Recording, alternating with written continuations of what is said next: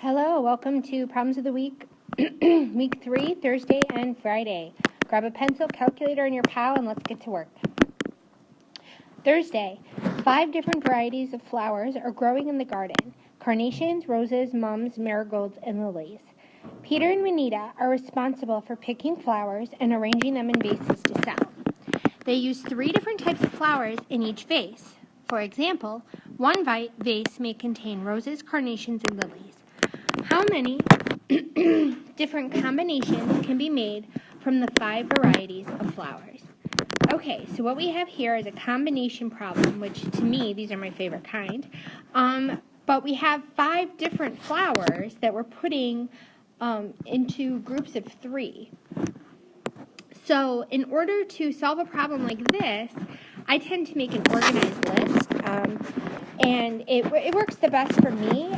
You may find a different way to do it, but I usually take the different types and I abbreviate them. So I've got carnations, roses, mums, marigolds, and lilies. So my abbreviations would go carnation, roses, mums, marigolds with a little A there, and L for lilies. Now, when I go to make my lists, I go and I try to do all of the same letter first for all the different combinations.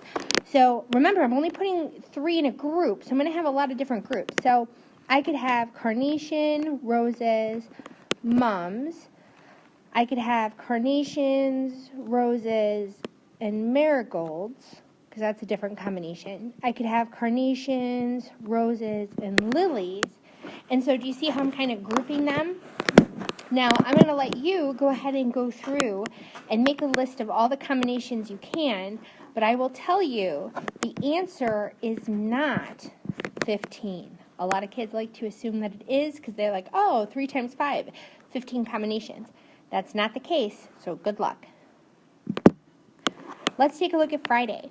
So Friday, for our data here, we have the following table shows the vegetables that 6 students picked. So there's the name of the students, the produce that they picked, the number of items picked, and then the total weight of the items that they picked. So, for example, John picked cucumbers. He picked 92 cucumbers, and those 92 cucumbers weighed a total weight of 25 pounds altogether. So that's kind of how you read the chart. So according to the table, it wants to know how many items in all were picked from the garden. So in all, that is a code word, so you can take a look in your notebooks to see what kind of math they're asking you to do there. For the next question, what was the average weight of the watermelons? So averages is not something we do a lot, but so for find the watermelons, you see Ted pick those, and what you would do is you would take the total weight of all of them and divide how many he picked. So I see that he picked 45 pounds worth, and I'm going to divide that by the 15, and that should give me the average weight of those watermelons. You might get a decimal amount, and that's okay. But yeah, that's how you find the average. So looking ahead to what was the average weight of the peppers, find Melissa's data. Again, you're going to take that total weight, divide by how many she picked, and that should give you the average weight of the peppers. Great job this week, guys.